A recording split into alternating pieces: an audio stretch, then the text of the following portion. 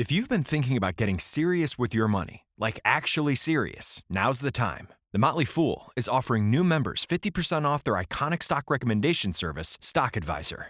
This is the same service that's crushed the market with recommendations that have returned 1,057% since inception, compared to the S&P 500's 180% over that same period. This isn't guesswork. The Motley Fool has a track record of finding companies before they become household names. So if you want to invest smarter and you like saving money while doing it, go to fool.com/listen to claim your 50% off discount off a 1-year term of Stock Advisor. Again, that's fool.com/listen.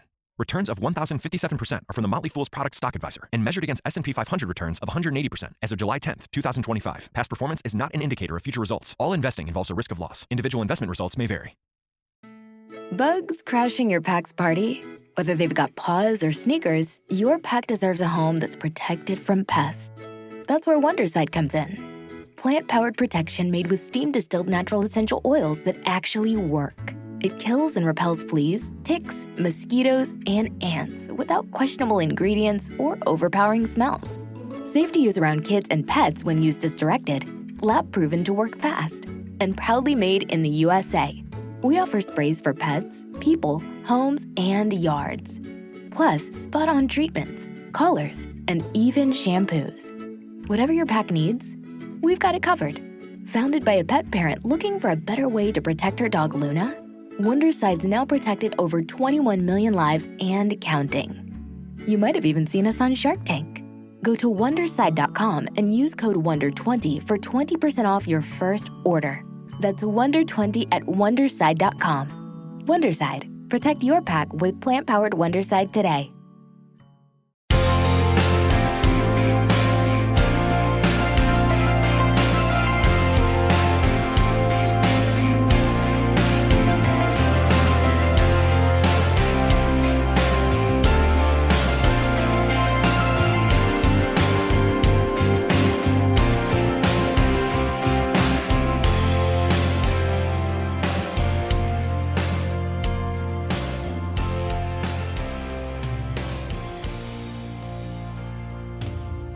Here at Warren Oates Cockfighter's Palace.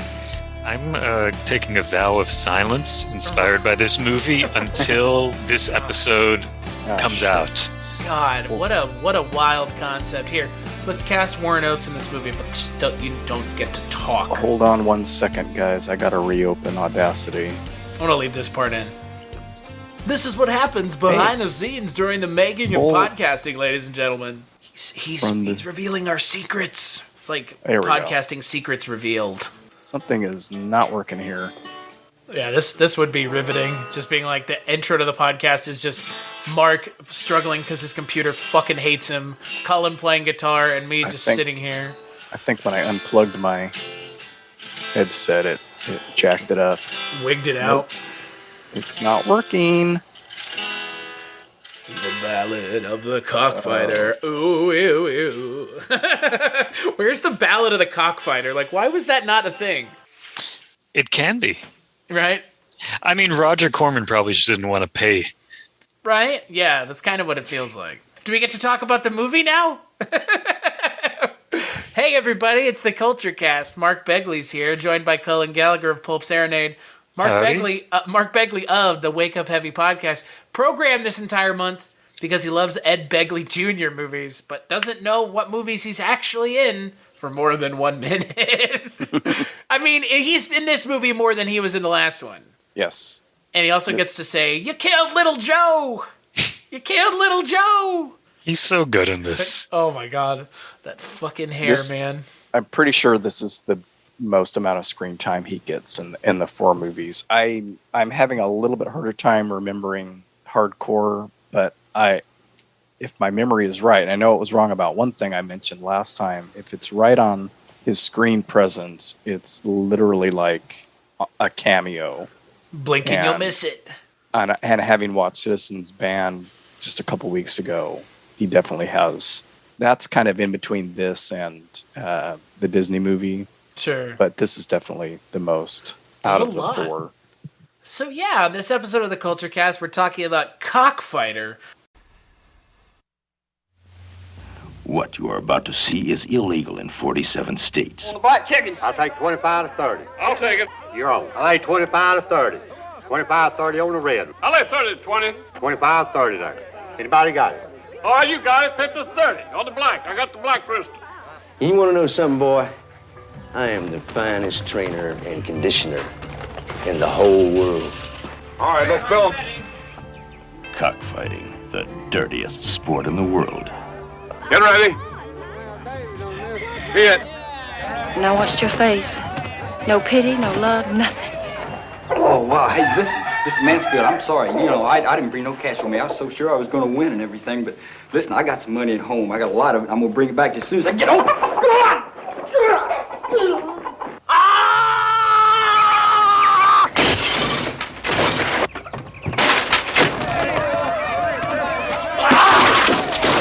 Frank Mansfield, professional with a passion for violence. I want to get married and have children. The drive in it is to be the best. I like to call it sharpness.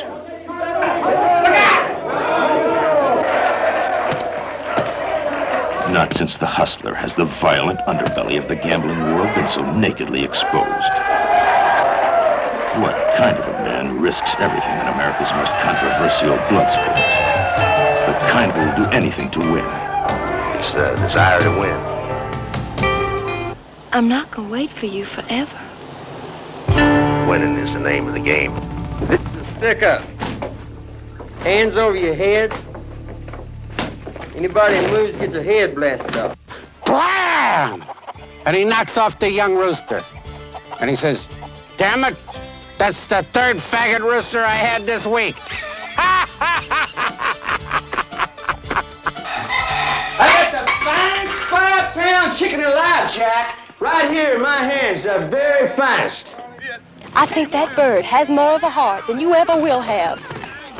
Anything that can fight to the death and not utter a sound, well, winning is the name of the game. Warren Oates. Cockfighter. Rated R. But I prefer the hilarious Born to Kill poster because it's just wild. Oh. Does that version exist still? I mean, isn't it just the I think same it's just a movie? retitle. I don't know. Yeah. They shot more. Louis Teague, the editor, shot new footage. That is what I had read. I don't know. I'd be curious to see that, actually. I couldn't find any information to say that they said it had it recut and re-released. So I mean, would probably have to find like an actual print. Right. Yeah. So we're gonna be talking about Cockfighter, or Born to Kill as it's known, but we didn't watch that one clearly. Yeah. So it's directed by Monte Hellman, based on the book by Charles Willeford named Cockfighter. The screenplay is by Charles Willeford, and it stars Warren Oates as the titular cockfighter, who is a mute in this movie because he's taken a vow of silence until he wins the Cockfighter of the Year championships, and he gets that darn spiffy little gold medal. And along the way, he makes friends with an interesting fella who lives in the middle of nowhere, and they have a cockfighting farm. And Harry Dean Stanton's there in a suit, looking like he's just like he's on the set of another movie, really. And Ed Begley Jr.'s there, wearing some very tall overalls. As is Donnie Fritz, wearing a mask. God. I was so psyched when I got to the credits and it said Donnie Fritz was the head, henchman, the stick-up guy. Right. Because Donnie Fritz is Chris Christopherson's keyboard player. Huh. So even though you don't see his face, I'm just like, okay. It's great to know that Donnie Fritz took some time off from touring with Chris Christopherson to hang out on the set of this movie, put on a mask, and grab a gun.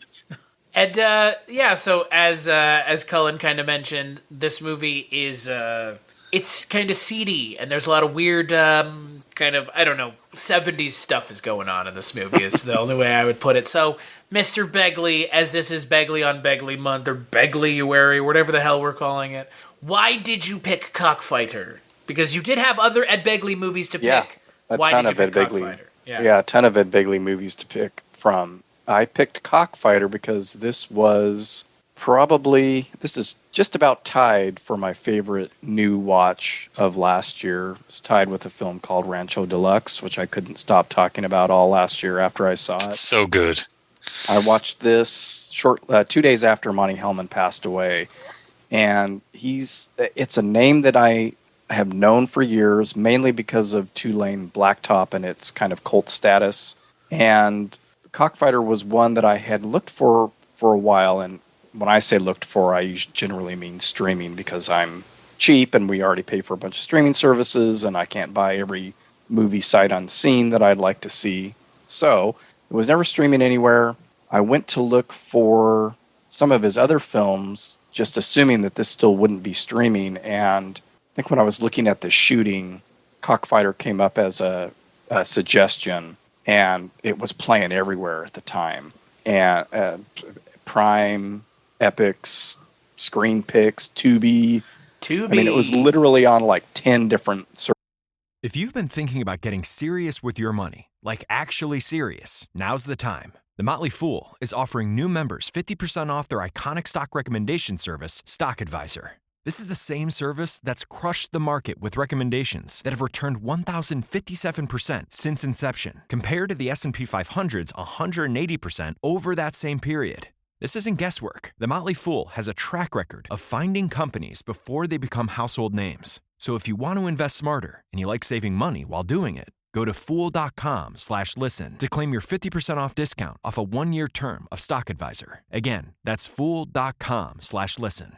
Returns of 1,057% are from the Motley Fool's product Stock Advisor and measured against S&P 500 returns of 180% as of July 10th, 2025. Past performance is not an indicator of future results. All investing involves a risk of loss. Individual investment results may vary. Bugs crashing your pack's party? Whether they've got paws or sneakers, your pack deserves a home that's protected from pests. That's where Wondercide comes in. Plant-powered protection made with steam-distilled natural essential oils that actually work. It kills and repels fleas, ticks, mosquitoes, and ants without questionable ingredients or overpowering smells. Safe to use around kids and pets when used as directed. Lab-proven to work fast. And proudly made in the USA. We offer sprays for pets, people, homes, and yards. Plus, spot-on treatments, collars, and even shampoos. Whatever your pack needs, we've got it covered. Founded by a pet parent looking for a better way to protect her dog Luna, Wonderside's now protected over 21 million lives and counting. You might have even seen us on Shark Tank. Go to Wonderside.com and use code WONDER20 for 20% off your first order. That's WONDER20 at Wonderside.com. Wonderside. Protect your pack with plant-powered Wonderside today. Services, and I was like, oh shit, well, I'm watching this. And I just became smitten with it. It was just like Rancho Deluxe, kind of this really low-key venture into a certain subculture that I wasn't really aware of or had any experience with. And with that title, you do think it's going to be maybe a little bit seedier than it actually is, because it's kind of I wouldn't say it's a sweet movie, but it's a little bit more lighthearted than I think I thought it was going to be. Other than all the bird killing.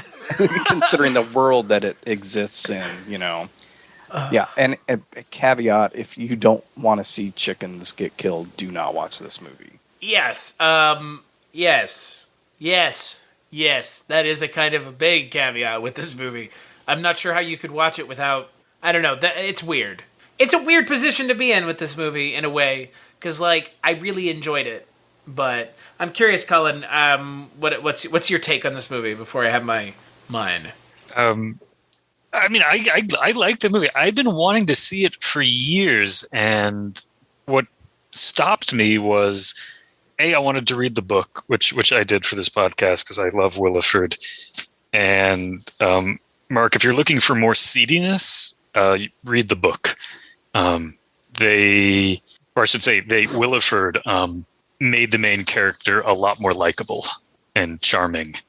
And there's a little bit more, I don't know if violence is the right word, but for instance, in the training of the chickens, he at one point like cuts the legs off one and lights it on fire and then throws it in the pit to fight.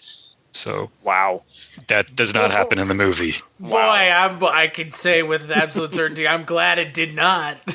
So yeah, the movie's a little bit more. Ain't no stunt chicken doing that one's work, if you know what I mean. Thankfully, no. Did not need to see that. Jesus Christ Almighty! Yeah, this movie could have only been made when it was made in the U.S. That is. Yeah. I was about to say, and it's kind of surprising it did get made in the U.S. in the way that it did. But there were other movies, I think, that involved cockfighting at the same time, because there's a whole New York Times article being like, because I haven't seen Day of the Locust, but apparently that has cockfighting. And they're like, oh, in this movie coming up next year, Cockfighter also has it. And I think they reference a third movie. So I guess it was a thing. But how many of them have Warren Oates ripping a chicken's head off? That's the true question here, is by the end of the movie, are you really ready for the pièce de résistance that is the final fucking scene of this film? Because I sure as shit was not. I'd actually forgotten about that. I knew that there was obviously real cockfighting in it and real chicken deaths. And how do you fake that? I mean, you can obviously have chickens fight without the spurs on and stuff, and maybe fudge it some other ways. But yeah, I don't think that's what they were ripping the head off, I totally forgot about, and kind of forgot about him chopping the other one's head off as well when he's at the camp with Omar and Buford training the cocks, the gamecocks. That last scene just, whew, boy, Warren Oates, man, no fear, brother, do it. Just no fear, man. Like, step on the fucking head and pull. Like, okay. Holy shit. It's funny you say no fear, because for Projection Booth, I watched No Fear, No Die by Claire Denis, which also involves cockfighting. There you go. This is two cockfighting movies this week for podcasts I had to watch. Look, outside of kind of the wanton chicken fighting or cockfighting, which obviously, I mean, again, you don't make a movie called Cockfighter and not have, like you said, I guess they could have faked it, but this is 74, so that's not going to happen. Nope. I enjoyed it, but boy, yeah, the chicken fighting stuff is a hurdle to get over, because Monte Hellman doesn't just film this movie. He lets the camera linger on the chickens fighting for a while. And photographed by one of the greatest cinematographers, Nestor Almendros. Which I think adds to... I mean, it obviously adds to the quality of this film, but it gives this film a look that, I mean, I don't know. This is the kind of look I would want for a film like this at this time. Like, you know, it's like Deliverance. It has that same kind of backwoods feel to it. Well, and he was very into natural lighting, and this is the kind of movie where that really works effectively. Yep. All the outdoors stuff. He didn't use... I remember from his book, he said, like, if I'm outdoors, I don't really use lights. If I'm indoors, I try to put people by a window. If it's at night, I just turn on a lamp. And that scene in the hotel room between the flashback between Harry Dean Stanton and Warren Oates, I think you can just stick one light in the far corner and these like wild shadows on the wall. And right. That is just such his style. Great scene. That's a great scene. And the usage of light in that scene is pretty. It's pretty. Obviously, it's intentional, but it's kind of like unlike the rest of the movie in a lot of ways. Like they use that lighting, that specific kind of lighting in that scene to highlight that scene as a flashback, which I think is interesting. I mean, this is an interesting movie. I mean, again, they don't, like you said, Colin, that this movie couldn't be made now.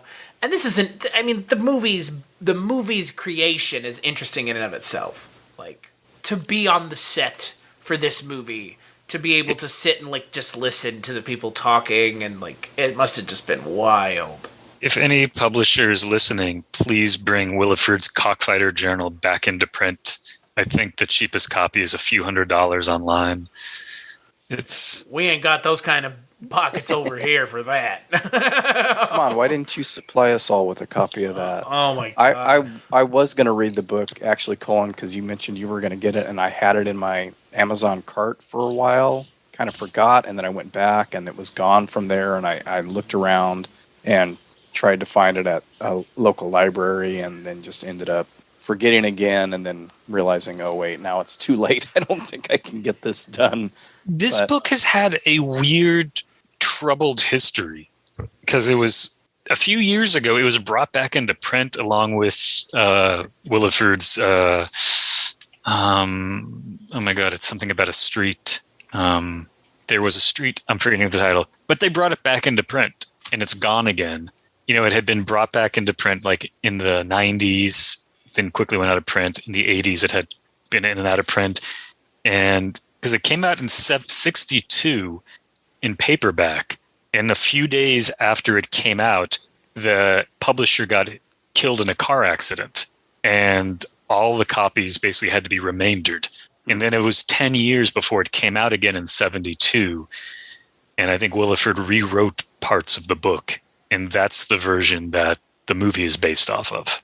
Yeah, I had read that about the second edition, and it's always curious when that happens.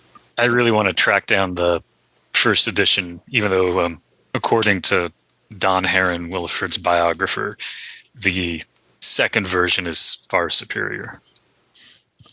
Pulling a George Lucas and going back, fixing old stuff, huh?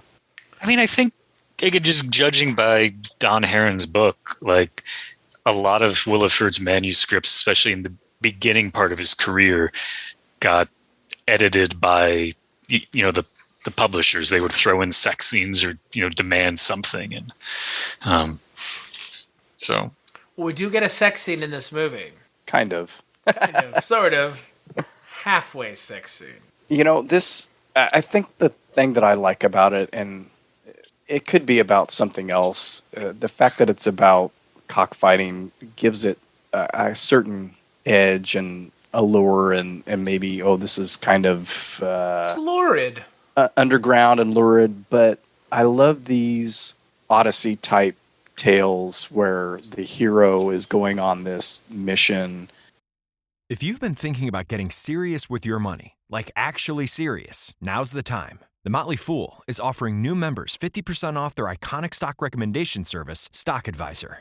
This is the same service that's crushed the market with recommendations that have returned 1,057% since inception, compared to the S&P 500's 180% over that same period. This isn't guesswork. The Motley Fool has a track record of finding companies before they become household names. So if you want to invest smarter and you like saving money while doing it, go to Fool.com/listen to claim your 50% off discount off a 1-year term of Stock Advisor. Again, that's Fool.com/listen. Returns of 1,057% are from the Motley Fool's product Stock Advisor and measured against S&P 500 returns of 180% as of July 10th, 2025. Past performance is not an indicator of future results. All investing involves a risk of loss. Individual investment results may vary. Have you ever wanted to dive deeper into the horror movies you love? Beyond the Blood is a horror podcast for fans who want more than just surface-level screams. We do deep dives into the movies that shaped us, digging into director commentaries, behind-the-scenes stories, deleted scenes, and the special features that most people skip.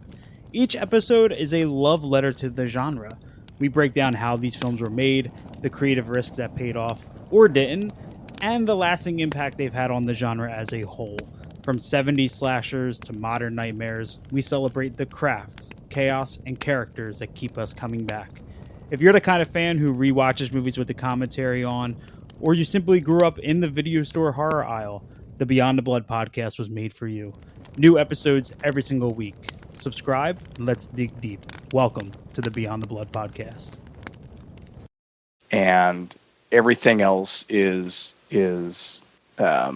irrelevant in their life, and this is their one goal. The one thing that he is going for is that stupid Cockfighter of the Year medal.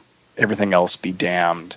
And to set it in a world, a subculture that I don't know anything about, and to learn about it through the movie is, I think, the other side of that appeal for me with it. It could have been a lot more lurid. Apparently, if it had been more like the book, probably wouldn't be as enjoyable a film to watch, but it just struck me as fascinating. And you pick up on we're not given exposition or anything. You start picking up the lingo as it goes on, and they keep saying gaffs and spurs and just the lingo of that subculture, and to see the people that were in it and the crowd scenes and all that. It just had a real nice rounded feel to me while I watched it. I'm with you. I love the subculture, and I found the sort of social order of that subculture really fascinating in terms of ethics and the rules and which ones people obey and what happens when you disobey them. It's, people take that extremely seriously. And don't put your fingernail in that chicken's butthole. Nope. Yeah. Because, apparently that is a legitimate rule that you will get kicked out of cockfighting for. Yeah, according to this movie. According to the book, I guess I would assume, or Charles Willeford, who I assume did his research. Putting your finger up a chicken's butthole, I guess, agitates it? I think in the book, it explains that it basically relaxes it. Oh. Because, and you hear briefly in the movie, the referee says, that's how you throw a fight.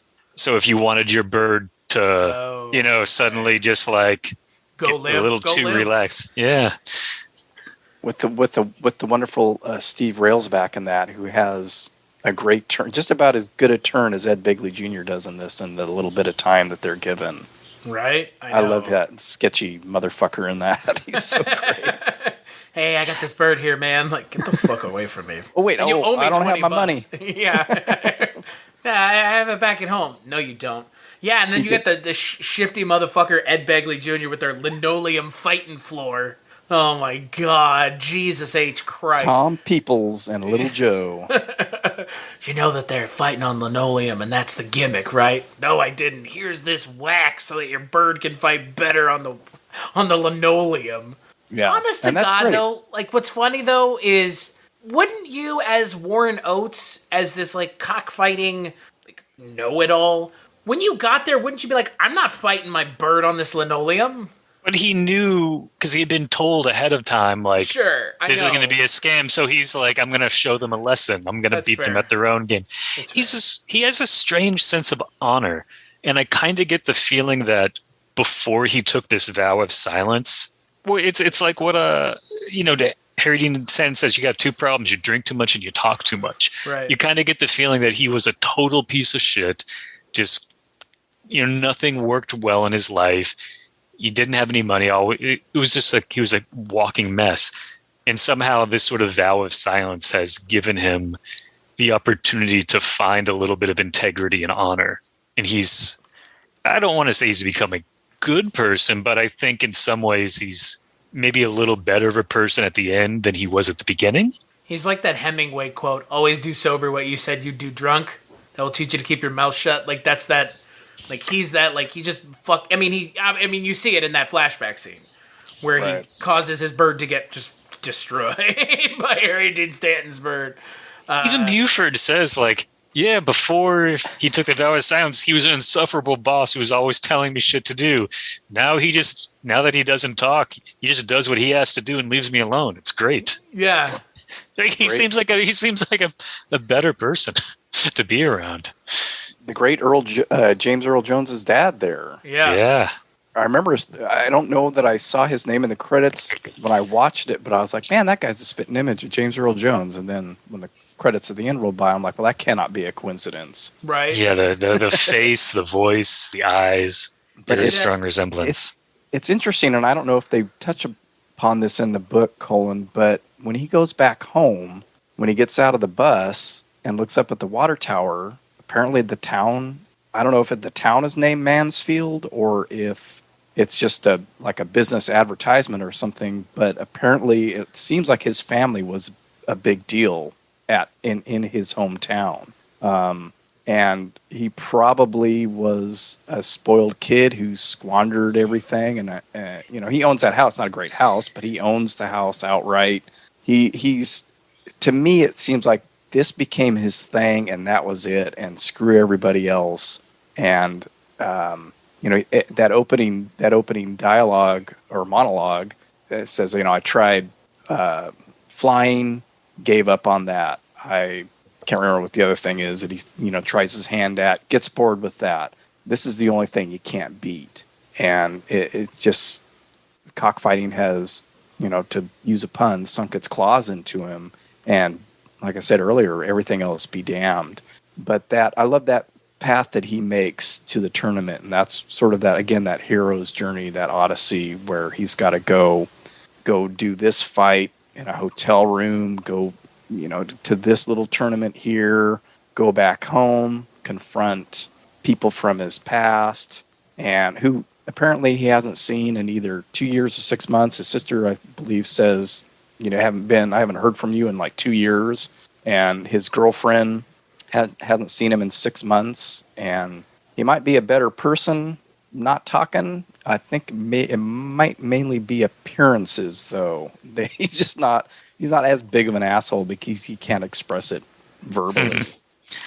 So the family stuff in the book, it's given a little more explanation, but I basically think you're right that the family did have a little bit of prestige and he squandered it. What is different in the book is that his father cut him out of the will entirely and left the house to the brother. But as the older brother, it should have been his. So he goes after his brother owes him money and his brother refuses to pay it. And his brother sort of just become a drunken louse because he just inherited this property. And so the Warren Oates character goes to the local lawyer in town and writes him a note and says, threaten my brother that you're going to, take this to court and that I will win the house because it's mine. And then you're just going to get him to agree for you to sell it and then give me this money I need to buy this bird. And the judge goes along with it and the brother just kind of caves in. It's just like, oh yeah, sell the house, I don't care. One thing that's totally missing from the movie and that I really wish was in it was there's this like subplot about him becoming a professional guitarist that's really amazing. Because it happens after he loses the trailer in his truck in the opening cockfight. He realizes he has a guitar, so he goes to a bar and gets a job sort of playing in between the house band sets. And he only knows 3 songs and he made them all up himself. And he's just like, I'm going to get fired because I only know 3 songs. I'm just going to have to keep repeating them. And so he goes out and improvises at one point and everyone eats it up. And this older woman, who I think is a widow, hires him to come back to play a private party. And after the party, she overpays him because obviously she wants him to have sex with her. And he's really conflicted about this. And at first he says no, and then he goes to bed with her. And in the morning, he goes out, sneaks out of bed, smashes his guitar and leaves it on the front door. He later pays. Hello and welcome to Tumbleweeds and TV Cowboys. My name is Hunter. In this podcast, I'll be joined by a different guest each week to discuss a classic Western movie or TV show. I've been a fan of classic Westerns for as long as I can remember, and in recent years, they've become very nostalgic for me. I love the aesthetic, the tropes, and I love seeing different filmmakers' takes on them. At their best, they're incredibly entertaining, rewatchable, and some of my all-time favorite movies are Westerns. We'll mostly focus on Western movies made in Hollywood, but we'll also be covering spaghetti Westerns, and one thing I'm very excited to get into are Western TV shows. I've got some amazing guests coming on the show, film professors, historians, and podcasters. And Tumbleweeds and TV Cowboys is part of the Someone's Favorite Productions podcast network, and many guests on the show will be from other shows on the network. Thanks for listening. Sends her money, to pay her back for the money that she paid him for the gig and sends her flowers. And then she sends him an electric guitar. And so it's just like this thing that kind of goes through. And at the end of the movie, he writes his girlfriend a letter and says, come to see me cockfight. In the book, immediately after he writes that letter, he writes the other lady a letter and offers her the same thing. Says, come watch me cockfight. I'll get you a hotel room and save some seats. Interesting. So he's a little bit more of a scumbag in the... See, now if that had been in there, you could have had a 2.5-hour movie instead of an 83-minute movie. No, man, they could have still done it in 90 minutes. 7 minutes, you could have done the whole guitar stuff. I like that it's pretty much just this world. I think it works for the movie. Yeah, and the poster kind of is a little bit of a lie. It's like his game is winning, her game is men. Like there is no female character in this movie, like at all. Like zero. There's his girlfriend, but not really. There's his sister's. I guess is that his sister? The house, the sister-in-law. Yeah, but not. Oh, that's really. this. Okay, see, I thought it was sister and brother-in-law, her husband. Yeah, but it's okay. I got you. Yeah, yeah. And then there's briefly Dodie at the beginning, the young girl. Well, just take her too. I lost my trailer in my car. Just go with him. Yeah, but I love that she calls him out, being like, "I heard you talking in your sleep. You're full of shit." Yeah, like she's the only one that seems to like realize like how full of shit this guy is. Like everyone else just seems to be like, "Oh, you lost your voice."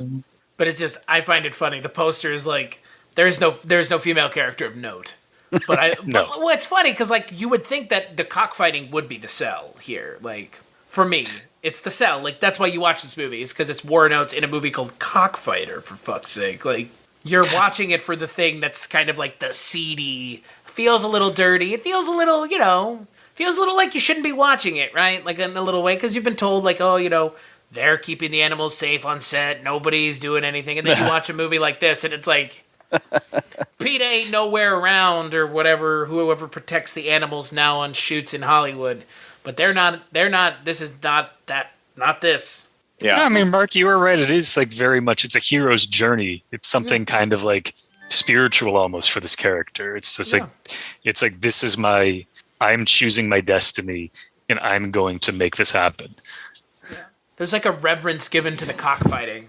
Like it's like played very slowly. You watch it all. It's like, and the way I'm imagining is he's watching that.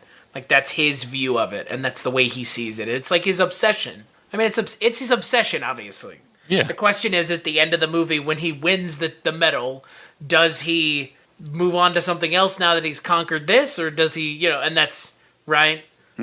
Yeah. I mean, again, like, what do you have left to do when you've won the cockfighting championship of South Carolina? I would hazard a guess that he just has to keep on going and keep that medal from year to year now. Like he says at the beginning, this is the one thing you can't beat. It's got him. I sort of see him becoming like the Ed Middleton character who's played by Willeford himself in this. He becomes like a referee, Right. But even though, he wants to, his wife wants him to get rid of these birds and do something else with his life, he can't give it up. Right. Like, I don't think Warren Oates is ever going to fully get out of this game. I don't know if he's ever going to be able to sustain being on top because there's always going to be somebody to knock him down, but, he will have that medal. And does he repeat the cycle when he opens his mouth? Right? That's the other question. Because, like, by the end of the movie, it's like, you assume that he is a changed character. But then, does he open his mouth and get himself right back into trouble again? And, this is a fun movie. Yeah. There's a lot of fun avenues to go. There's a lot of fun things to think about. Warren Oates is great. It's the first movie I've seen him in. Oh, wow. Yeah. No, he's always Stripes. fabulous. No, I have not seen Stripes. Oh, that was my first experience with him. I don't think when I saw him in movies later on, I realized it was the guy from Stripes. But, yeah, man, he's something else. And if you watch quite a few of the other Monte Hellman films, you're going to see more and more of him. And if you haven't seen Bring Me the Head of Alfredo Garcia, you need to check that one out, too.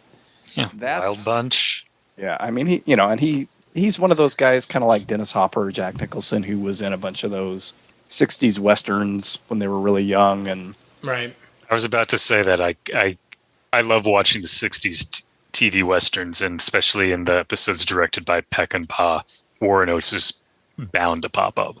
Yeah, or even just in the films, too. Like, you're watching a John Wayne movie, and then all of a sudden you've got Dennis Hopper and all these other dudes in the background who later, become the counterculture revolution. So, have you seen Private Property yet, Mark? Or Chris? Oh, Chris, you haven't because you haven't seen Warren Oates. But no, I have not. Yeah, it was released a few years ago. That sounds really familiar. I saw it. I think it was at like the New York Film Festival, and it's since gotten like a Blu-ray release. And he co-stars in it, but it's about these two guys that find this. It's like they're in Hollywood.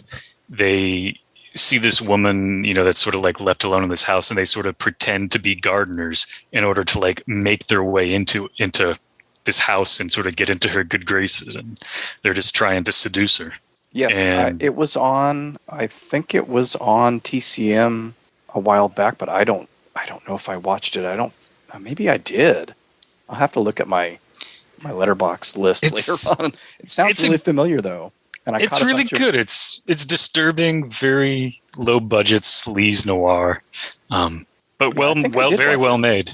Yeah, he's an interesting dude, and I kind of forgot that he doesn't talk in the movie. I mean, you get a lot of the narration and stuff, which is great, and because he's got a pretty distinctive voice and a really interesting delivery, and so that's sort of missing from it for a little bit, or for most of the film.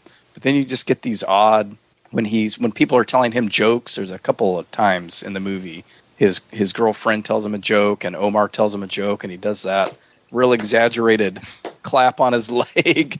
I mean, you can still laugh without making a sound, but I like those strange choices that he did with that. That has to be hard. It's a hell of a performance. For what he, most of the time you're expected to convey your emotions through your voice and your expression, but it's all expression, which is great. I mean, he has a great look about him, which allows him to pull it off. He's a character actor. I mean, he's got a great rubbery face, so he can do some great. Oh yeah, I mean, he's mugging for the camera. I mean, he's mugging big time. He's got it's great. I mean, it's great. Again, like you said, Mark, it's kind of a funny movie. There's some comedy here. It's not like overwhelming. It's like, ha ha ha ha, hilarious. But, there are moments throughout the film of comedy. The heist is funny. Yeah, exactly. I love the fact that after, Omar has to hide the money and the dead chickens in the bathtub. And then, the gangsters all have, president, I think it's like Nixon masks, and they're robbing the hotel room cockfight. And the one guy hides the money in the tobacco pouch. So of course they don't rob him of that. And as soon as they leave, they all start cracking up. And the gangsters is waiting right outside the door because they know that somebody's hid some money. And so they wait 5 seconds, come in and take it. That poor old guy. I think my favorite is the woman who they force her to just take her underwear off for whatever reason. Did you notice that? Like, everybody take your pants off, and she's just like taking your underwear off. Like, Oh, I didn't catch that actually. Yeah. It's like, everybody take your pants off, and it's like, she's not wearing pants. Like, guys. Yeah, I tell you what, Harry Dean Stanton in this movie, pretty good. Oh, always great. Always good, yes. Yeah, he's in a number of Monte Hellman films too, but the both of them together. I just love Harry Dean Stanton. And you mentioned his dress earlier, and I just love that he's kind of the dandy of this group and always dressed to the nines. And do you know how old he is when this movie's being made? How old Harry Dean Stanton is? Guess the age of Harry Dean Stanton, the man who, like Abe Vigoda, his age is indeterminate most of the time. Probably my age. I'm gonna guess 42. 48. Oh, see. He was born in 26, which would put him, 42. No. Am I wrong? Is that 42? No.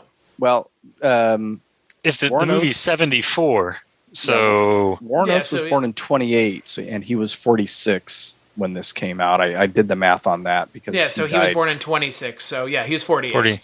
If I look that good when I'm 48, I'll be very happy.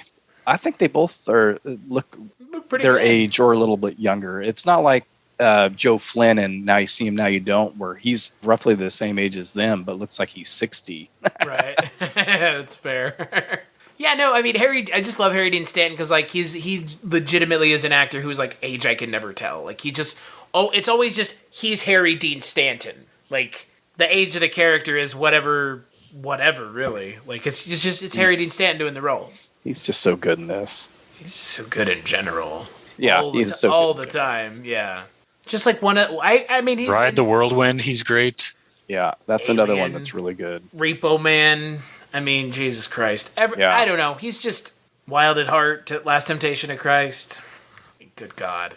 To have his credit list is one thing, but to live to 91 and have his credit list is even more impressive. Because he was making movies up until, like, the year he passed away. Pretty much till the end, yeah. Yeah, because he goes nominated posthumously, I think. And Ed Begley Jr. is in that as well. Could have picked that one. Right, yeah. Maybe we'll do Harry Dean Stanton next year. Yeah.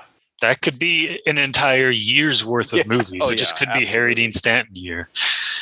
So I did want to ask Mr. Begley, since it is Begley on Begley Month, what did you think of Ed Begley Jr.'s performance in this movie? I get a kick out of it. This is similar to... I had thought of it earlier and I should have written it down. It reminded me of his very small role in Blue Collar, because he's doing this Southern accent, and he's not Southern. He is so California. Ed Begley Jr. is from California, my friends. And it's not super authentic, but it's kind of funny. But I love that he gets to play this cocky asshole in this. Mr. Mansfield, why don't you fight my chicken? It's got 6 wins and all this stuff, and he's so excited to take it back. And you can't do it here though, because his chicken is shy, or whatever the guy's dad says, and try to swindle old Frank Mansfield with this. But I love that whole bit. It gets almost a little bit slapsticky there with the cockfight, and kills his bird like in under 10 seconds. And he flips out, and then they start fighting, and it's the same kind of thing. He's not a match for Frank. Frank knocks him out twice, and then shoves his head underwater for a while. So it's just this great little odd, quirky performance in the middle of this movie. Seeing him rush the car with an axe and smash the window. You're just like, all right, this guy's taking control. And then Warren Oates just like pulls him against the door. He just grabs the ass, pulls him, hits his head, and the guy's like knocked out. Poor Ed. He gets there's a lot of energy in that performance. Yeah. Yeah, he stands out among like kind of the disparate scenes that kind of pepper through the movie of like little interactions, like 5 to 10 minute interactions. Which, like you said, Mark, it is very... I like these kinds of movies. I do appreciate these kinds of... It's, modern day comparison, Oh Brother, Where Art Thou? It kind of same thing. Yeah, that's actually what I kept thinking, and that's, I think, what put the Odyssey bit in my head. Like, they go through these things. There's no, there's literal sirens in that film, and there's a literal cyclops. That takes it a little bit more. That takes it a little bit more literally. Apparently, the original the Odyssey was Willeford's inspiration for this. Yeah. So that is intentional. And apparently the earlier version had more like obvious references to some of those characters. Yeah, like the scene you mentioned, or the sub plot that you mentioned with going off with this woman and performing music, that kind of fits into that. And it's even when you're not maybe overtly riffing on the Odyssey, just that those traveling tales where there's this goal at the end. You could say that about a gazillion novels, stories, movies. It's like constant forward momentum, and there's no stop. Like, right, the characters never get a moment to like breathe, and if they do, it's like very, very, very minuscule. Like, and when you do a story like that, you can have all these touch points along the way that reflect something about the character. You make discoveries about them usually, and it's I think it's just a great device to use for stories I think I kind of feel that way about heist films. I got really into heist films last year, and it's the same sort of thing where you've got maybe 2 guys are going to do this heist, and then you've got to bring in this other guy, and you practice on this thing, and then you've got all these little side pieces to go till you get to that final moment. And the final moment is going to reveal what happens with this character ultimately. And the same goes for this, where we have this probably the longest fight in the movie, the final showdown between Burke, the Harry Dean Stanton character, and Warren Oates' character, and his girlfriend Mary Elizabeth does end up showing up and watching the cockfight, and we get numerous cutaways to her, and she's obviously not enjoying herself. And he's got this opportunity then. She has come to see his world. That's what he wanted. How is this going to play out for him? Is this going to work? And he leaves before the Cockfighter of the Year is even announced. So you think, oh, he's going to go with his lady. And, we're left with that fun, ambiguous ending where she gives it to him. She never does that cave-in thing where like, oh, I'll stop cockfighting. And she's like, no, I'm glad I saw this because this is not the person that I thought you were at all. And, but he still has hope at the end because his final line in the film is, she loves me, Omar, First and final line of the film, technically. Yeah, if you disregard the flashback, which takes place before the film proper. I don't know if she's gonna be.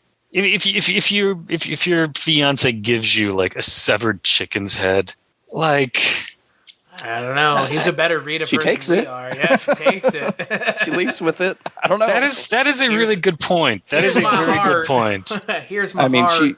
She leaves. Yeah, she leaves with it because this is I think her point is this is as good as I'm going to get from you.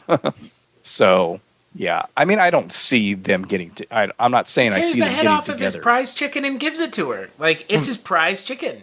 Like, the chicken's dead. Yeah, it's already dead. I know no shit, guys. Hey, they still got 2 more rounds though. They both got 2 rounds, so it's fair. We can count to 20 again. See if it comes back to life. Boy. Yeah, that's pretty brutal. That last fight. Yeah. I guess she was pissed at his lack of reaction. He kind of has a one-track mind. Right, but she's upset that his reaction isn't abject horror like hers. Because he doesn't react. The poster shows him like screaming at the gamecock, but like that's not, nobody does that. Because like that's not how this works. Like they kind of do their own thing. They have a one-track mind once you set them into the pit to fight one another. So I guess she's just upset that he wasn't as horrified at the idea of a giant needle spur going into another animal and killing it as the rest of us are.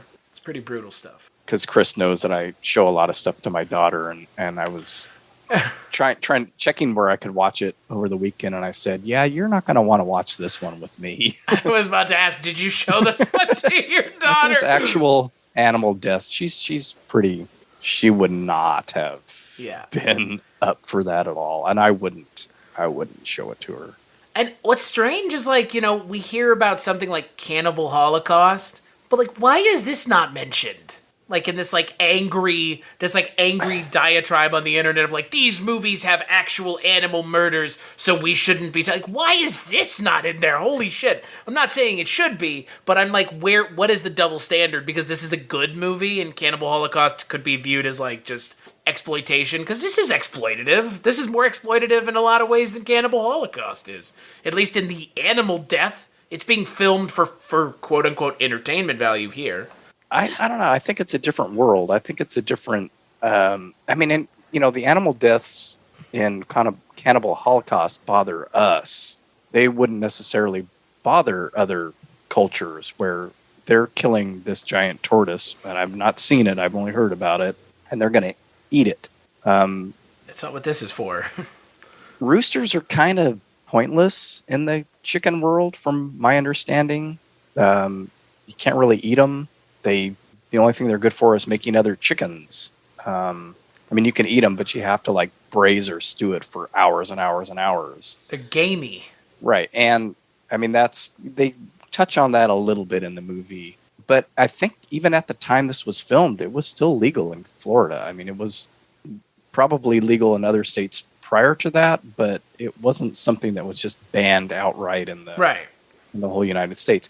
The film has not shown in the UK. I think it's still banned there because of the animal deaths in it. So I think some people do view it probably that way. Sure. I look, ultimately for me, I've now seen it. Like, I can watch it again, and at this point, like, I've seen it. Like, it can't upset me any more than it already has. There's no new chicken fighting footage to watch. So, you know what I mean? Like, I made it through it once. How much more upset can I get, like, rewatching it? Like, I've seen it now. And ultimately, at the end of the day, I don't think it discounts or discredits this movie's quality at all. I think this is a movie that, why is this not Kino Lorber? Jump on this one, guys. Come on. I'm just saying, man, these kinds of movies deserve reappreciation, and it deserves to be somewhere better than Tubi. I mean, nothing wrong with Tubi, but come on. Like, this is a good movie. This is a objectively good movie. A lot of Monte Hellman's movies are sort of orphaned, like just Flight to Fury, Backdoor to Hell, China 9, Liberty 37. Those don't really have great releases, or if they've ever been released. And I think up until Criterion did Ride in the Whirlwind and The Shooting, those weren't available. Am I mistaken that Cockfighter got a Blu-ray release recently, or am I making that up? If it did, I'm going to look that up. I remember it had a DVD that's been out of print. Yeah, it might be.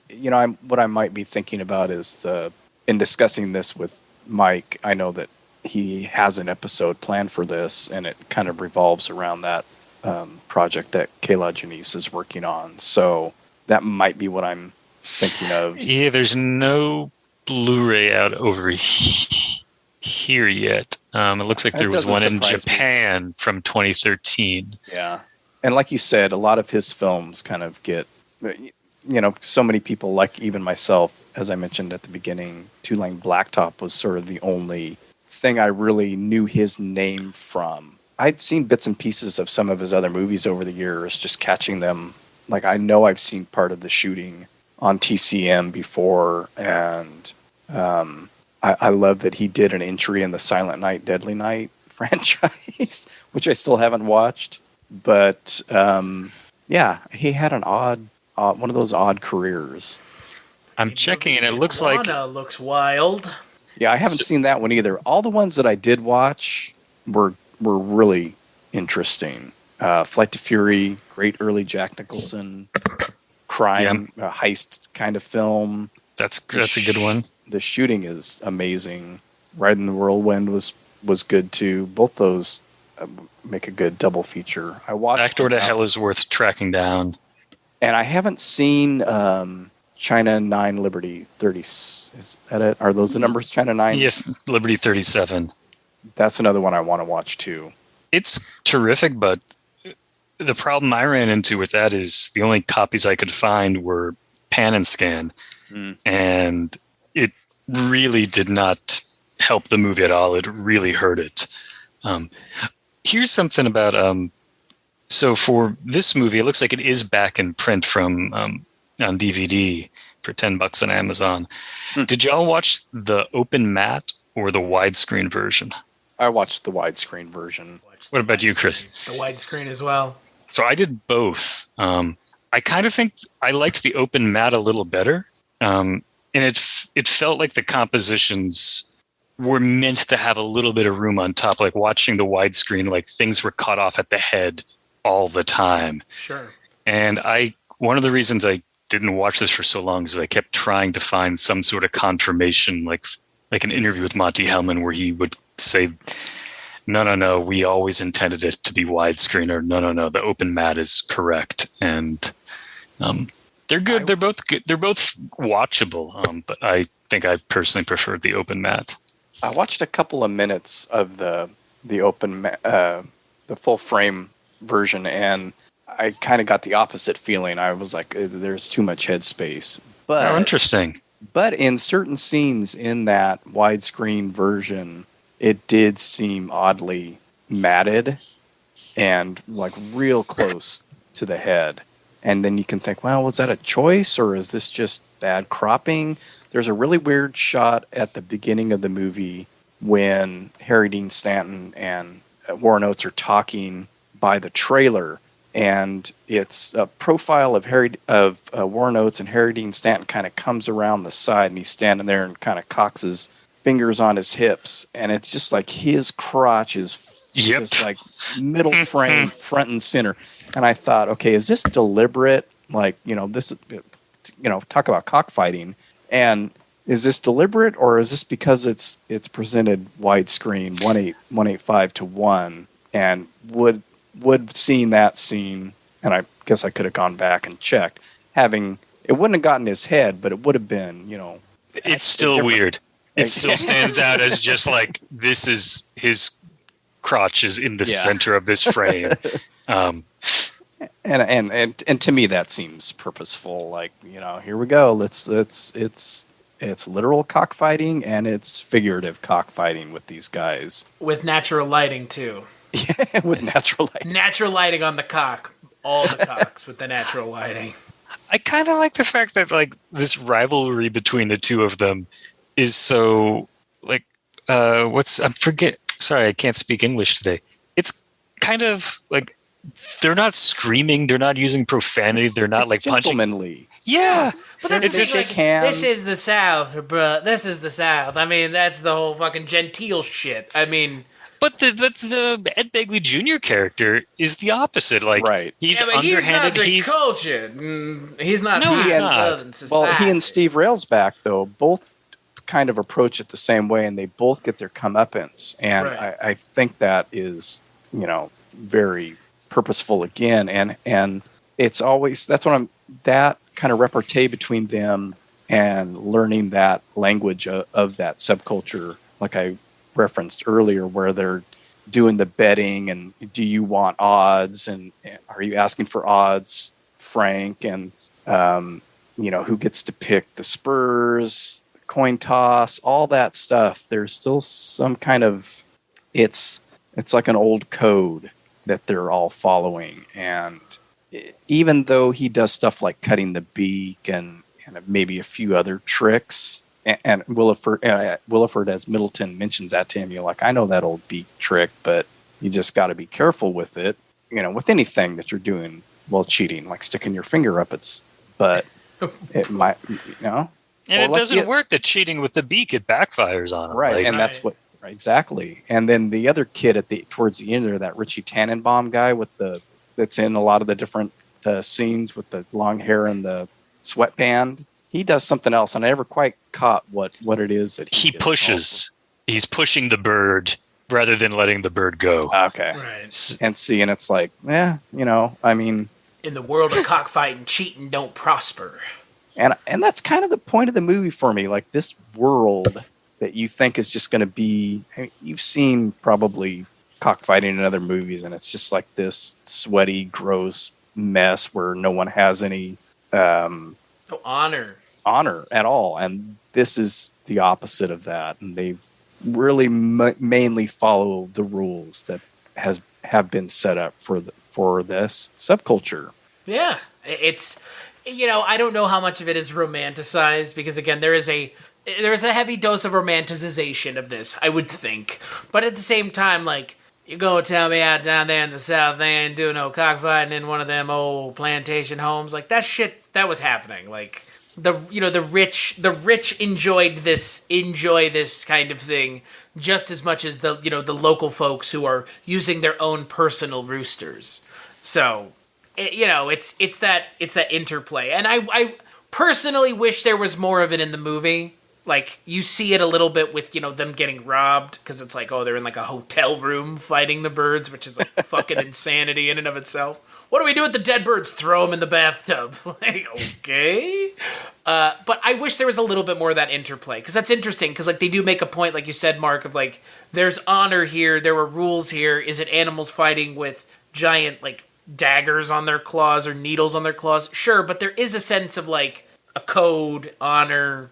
And I wish they kind of, I don't know, like I'm always the kind of person who likes the technical shit in these kinds of movies, like learning more about it. That's my kind of stuff. Read the book.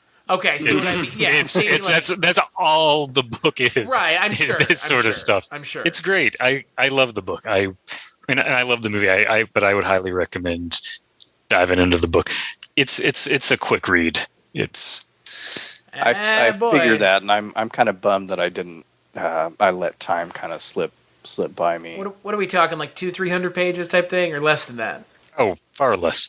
Oh, okay. This was originally a paperback original, so this was, I would imagine this would have clocked in under 200. Like if you get the Black Lizard reprint, it's like a third of an inch, the binding. Like it's a tiny book. I mean, I'm still my book a week. I'm still going strong. So who knows? Maybe I'll maybe I'll pick it up and read it. I don't know. I mean, it's, again, it makes for a great movie. Clearly, I would highly recommend any Willeford. He still has a bunch that I haven't read, but High Priest of California about the sleazy used car salesman is terrific. Pickup is great. He's got a great. I still need to read that. I haven't read any. Apparently, I've seen a couple of movies based on his work, though. So yeah, the Hope Mosley series is what kind of saved him. Yeah, that's what I read. Because he, was a career military guy for the longest time, and then when he retired, he never even graduated high school. That's when he went back to college, and while he was, in college, he was writing for, writing paperback originals, for these, kind of like really low, like, small publishers. The only notable one he had was for Gold Medal, and it was under a pseudonym. And I think when this was republished in 1972, he hadn't had a novel in a decade. And I think he was teaching community college, and that's what he did up through the mid-'80s. And I think Miami Blues was 1984. Wow. And then that was a hit. And his agent said, great, you have a hit, write me a sequel. And then he wrote something called Grimhaven that killed off the main character.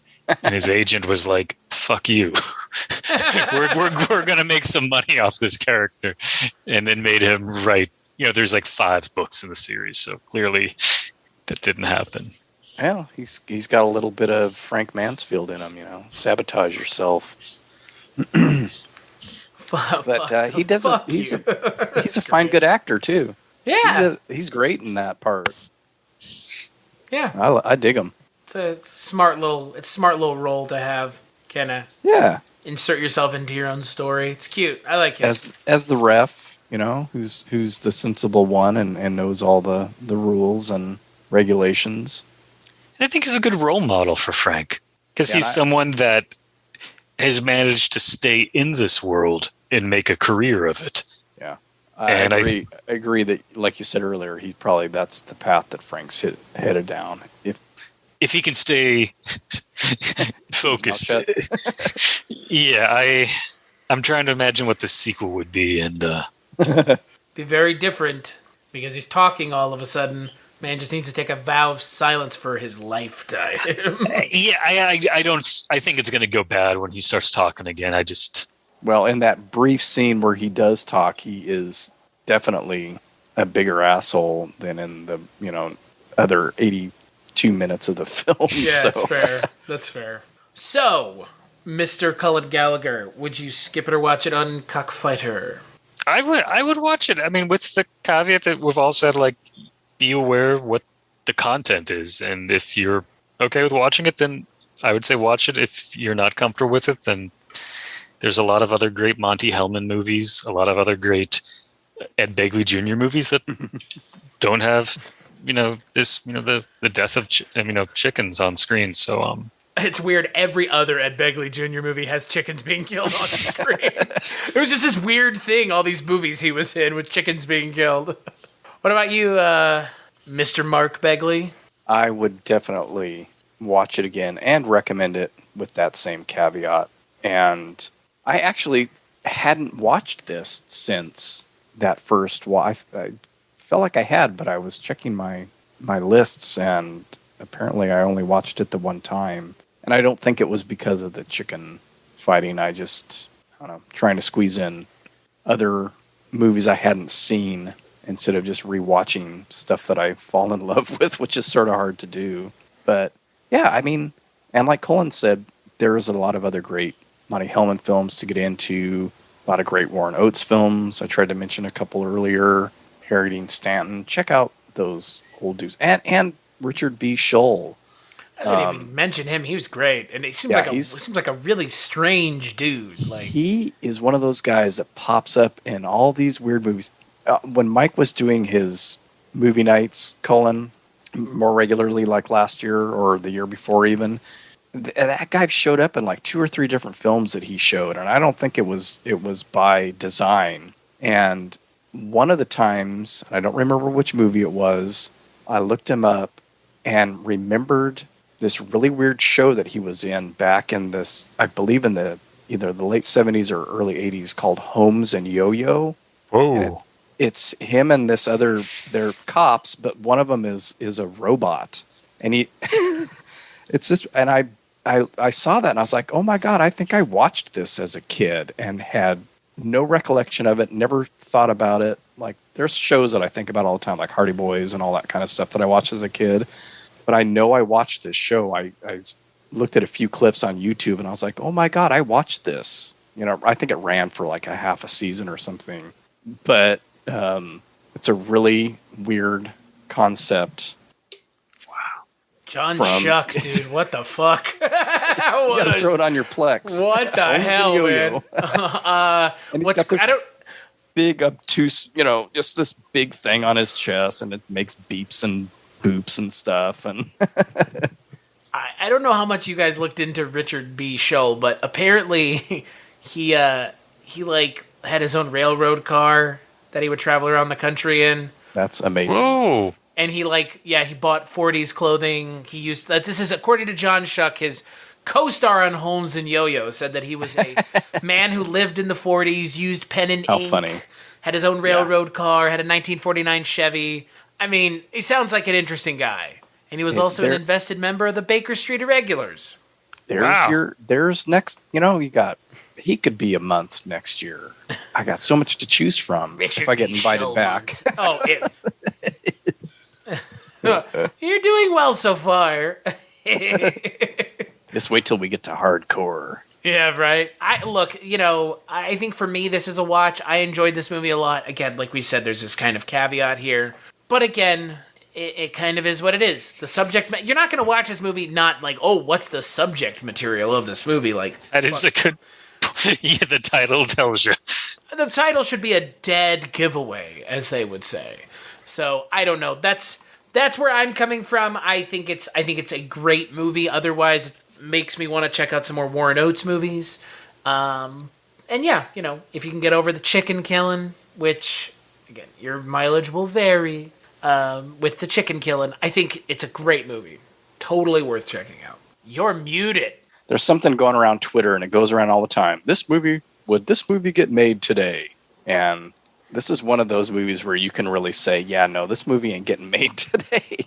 I'm not even sure in a lot of ways that this movie should have been made when it was made the way that it was made. But look, it has been made. So with the fact that it has been made, you know, we have to do something with that. We can enjoy it for what it is, which is a fun little trip into a subculture. You know what it reminds me of, ultimately? I wanted to leave you guys with this. Convoy. It's that same, like, weird 70s obsession with, like, Southern subculture, like Smokey and the Bandit. Same thing, like... Yeah, I love Convoy. We'll be getting into subculture again next week. I was about to say. So on that note, let's take a break, and we'll play a preview for next week's episode. Segue. So I guess we're going to call next week's episode, or this coming episode, Citizens Band, though it has several titles, correct? Citizens Band, it's about a subculture that is actually more near and dear to my heart than one might imagine. I actually have my own ham radio license. I am a ham radio license operator, my friend. Well, you can... Who knew? Who knew? You can school us on because you get... Just like in this movie, you get the lingo, you get the bylaws, you get the rules and regulations. Yeah, I'm excited. So we'll see if it cuts the mustard on that, you know. Yeah, this is a subculture I had no idea about, but next week I kind of have more of an idea because, yeah, like I said, I actually have my ham radio license. That's something that my dad pushed for me to get when I was growing up, and that was something that he really liked, so I did it. So we'll be talking about a movie that's all about ham radio operators, so that's kind of fucking random. When we get to hardcore, then we'll be getting into the subculture that I know. Yeah. Oh, fuck. Oh, Jesus. So, yeah, and oddly enough, Cullen and Mark and our good friend, Mr. Mike White, will be joining us next week. Wow. I didn't know he was going to be on. That'll be so much fun. Yeah, I'm looking forward to it. It's going to be a lot of fun because, yeah, it's a movie that I think it came up last year at some point. We were like talking about it randomly, and then Mark was like, "Oh, we're going to talk about that." I was like, "Oh, fuck, okay." So I'm looking forward to it. Until then, Mr. Begley, where can people find you? You can find me at wakeupheavy.com. All the stuff is there that you need to listen to my show. Just in general, anything you would ever want to listen to in life. And it has all the links to, where you can listen. And you can find me on social media, Twitter, Facebook, Instagram, at wakeupheavy.com. And I just wanted to sign off, because I didn't get to do this at the beginning, and say, of course, now it doesn't make any sense. Let's all go to the mystic realm of the great cock. That was going to be my lead-in, damn it. See, that's the problem with starting in media res like the show we do now. I had two other good ones, too. I mean, hey, it's still a good one. And boy, there was a lot of more talking about cock in this movie without actual wieners being shown than I'm used to. So there is that. Speaking of that, Colin, where can people find you if they were looking? I don't know about looking, but if you're listening, you can find me on a fancy new podcast called The Shabby Detective. Thank you very much, Chris and Mike, for inviting me. Good tunes. Oh, thank you. Yeah, I did a piece that is the outro. So I'm extremely proud. First time I am a podcast composer. Yeah. Can add it to my LinkedIn, podcast composer. You can. And if you like what you hear on The Shabby Detective, contact me. I'll give you a discount. Whoa. I didn't give you a discount. I don't think he's joking, folks. If you get Mike handled it, I don't know. Oh no, it was an absolute joy. But other than that, I'm at pulp-serenade.com. I don't update it as much as I should, and I will hopefully have. I've been working on 2 pieces about W.R. Burnett. One is going to be in a republished version of High Sierra and Asshole Jungle that Starkhouse Press is putting out, and the other essay on Burnett should be in the LA Review of Books sometime in April. That's awesome. It's awesome. What about you, Chris? Where are people gonna find? Where do they find me? Right here? ? I wanted to mention to you, Cullen. Now we can say Pulp-Serenade and also podcast music composer Cullen Gallagher. It's got it's got a good ring to it. I mean, hey, you know what? Be proud of your achievements. I'm extremely proud. That was a really great way to start the year. It was super. It was a nice little confidence boost. And I never seen Columbo before, and I'm enjoying it. So there's that, which should be good for people who want to listen to that show, because it's not just us hating on something like I think people say about Dreams for Sale. I don't know if they've watched Twilight Zone recently, but that 85 show gets real bad. But most of the things that I talk about are at cstachiw.com, cstachiw.com. That's my link tree where the things that Cullen mentioned kind of and the things that I've just talked about now are. And Mark and I have done bonus episodes before on the Patreon, which is patreon.com/Kulturecast. I think we did a anime one last year. You remember that? Yeah, that fucking long-ass movie. Howl's Moving Castle. Howl's Moving Castle. I love that movie. Yeah, it was all right. Go listen to it on Patreon. Back some of the money that they paid you to do the music for. Yeah, right. Exactly. And Mark, again, good pick. Great pick. Another good movie. So, trending upward. There's no downward yet. And, we talk about good movies here on this show. I don't think there'll be a downward, but I don't know. Well, you might not like hardcore. A movie about that's a good. Hardcore is a good flick. I like that movie. And you can check us out on the next episode.